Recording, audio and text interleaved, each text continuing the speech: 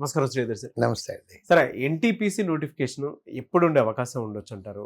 ఎలా ప్రిపేర్ అవ్వాలి? And apply చేసుకునేటువంటి ప్రాసెస్ దగ్గర కూడా చాలా మంది ఎదురు చూస్తూ ఉంటారు. అంటే దానికి ఏం కావాలి అనేటువంటి. యాక్చువల్గా ఎన్టీపీసీ ఎగ్జామ్ అప్లై చేయడానికి ఈ సంవత్సరానికి టైం అయిపోయిందండి. కానీ ఎగ్జామ్ దగ్గరికి వస్తుంది. ఓకే. మనం యాక్చువల్గా ఇప్పుడు ఫిబ్రవరిలో ఉన్నాము. మార్చి ఏప్రిల్లో ఎన్టీపీసీ ఎగ్జామ్ ఎక్స్పెక్టెడ్ అండి. అంటే అందరూ అనుకునేది అది ఎప్పుడెప్పుడో ఉంటుంది అనుకుంటున్నారు. బట్ పబ్లిక్గా చెప్తున్నాను, మార్చి ఏప్రిల్లో ఎగ్జామ్లు ఉన్నాయి. ఓకే. అందరూ అనుకునేది ఇంకెప్పుడో ఉంటుంది అనుకుంటున్నారు. కాదు, మార్చి ఏప్రిల్లో ఎగ్జామ్ ఉంది. సో ఉన్న ఈ లిమిటెడ్ టైంని ఎలా వాడుకోవాలి? ఫస్ట్ జనరల్ స్టడీస్ తీసుకున్నాం అనుకోండి, రివిజన్ స్టార్ట్ అవ్వాలి. ఇప్పుడు అంటే మళ్ళీ కొత్తగా సబ్జెక్ట్ చదవటం కాదండి. ఉన్న ఈ 1 monthలో మనం చదివిన 10 సబ్జెక్ట్స్ అంటే history, economy, Geography, polity, physics, chemistry, botany, zoology, computers, current affairs, ఈ 10 సబ్జెక్ట్స్ రివిజన్ స్టార్ట్ అవ్వాలి. నెక్స్ట్ ఎంసీక్యూలు, పిఓక్యూలు. అంటే పిఓక్యూలు అంటే ఒరిజినల్ క్వశ్చన్స్, పాత ప్రీవియస్ ఇయర్ క్వశ్చన్స్, అవి కొంచెం బాగా సాల్వ్ చేసుకోవాలండి. అంటే అవి సాల్వ్ చేస్తే అయ్యే వస్తాయి అండి అంటారు, అవి రాకపోవచ్చు.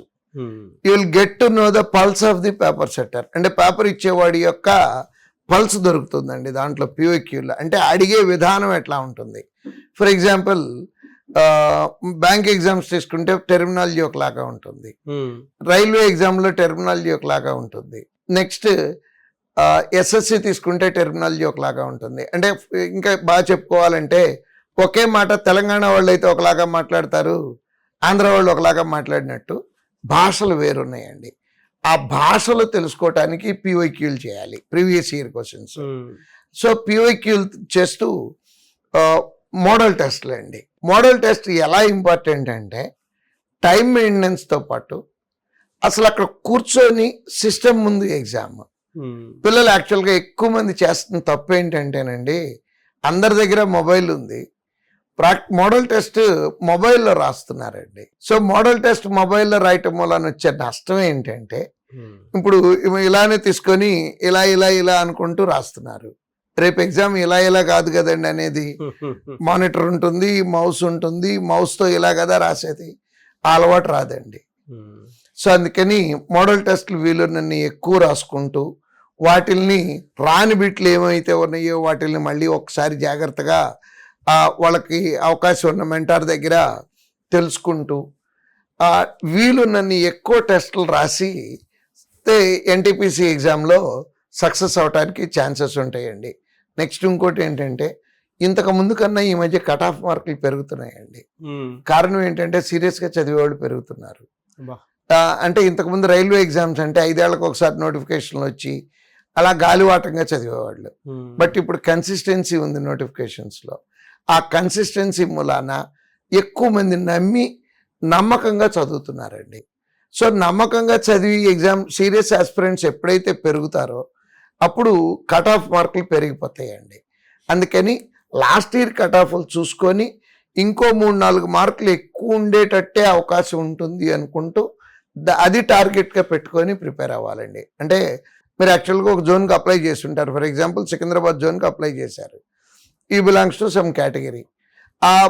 Last year NTPC graduate cut off Secunderabad జోన్లో ఎంత ఉంది, ఇదిగో ఇంత ఉంది.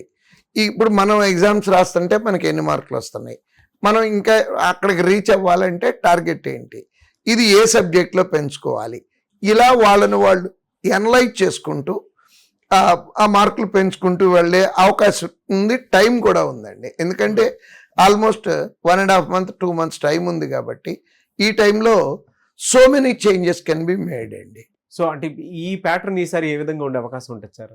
ఉన్నదానికంటే టఫ్ ఎక్కువ ఉండే అవకాశం? అంటే టఫ్ అవ్వదండి పేపర్, ఎందుకంటే గ్రాడ్యుయేట్ లెవెల్ పేపర్ గ్రాడ్యుయేట్ లెవెల్లోనే ఉంటుంది, under graduate level paper under గ్రాడ్యుయేట్లోనే ఉంటుంది. స్టాండర్డ్స్ మారవండి, కట్ ఆఫ్లు పెరుగుతాయండి. ఆ కట్ ఆఫ్లు పెరిగేటప్పుడు సబ్జెక్ట్ రావటం ఒక ఎత్తు అయితే అక్కడ కూర్చున్నటువంటి 60 నిమిషాలు 90 నిమిషాలు ఉంటుంది కదండి టైం. ఆ టైంలో మన రియాక్షన్ ఎంత ఫాస్ట్గా రియాక్ట్ అయ్యి రాయగలుగుతున్నాము, ఎంత యాక్యురేట్గా రాయగలుగుతున్నాము, ఈ 2 పాయింట్లు యాక్యురసీను ఉండాలి, స్పీడు ఉండాలి. మిగిలిన వాళ్ళకన్నా 2 బిట్లు 3 బిట్లు ఎక్కువ పెట్టాలి. కారణం ఏంటంటే కటాఫ్లు మళ్ళీ చెప్తున్నానండి, రాబోయే రోజుల్లో కటాఫ్లు ఇంకొంచెం పెరగటానికే ఛాన్సెస్ ఉన్నాయండి. Thank you sir, thank you so much. Thank you.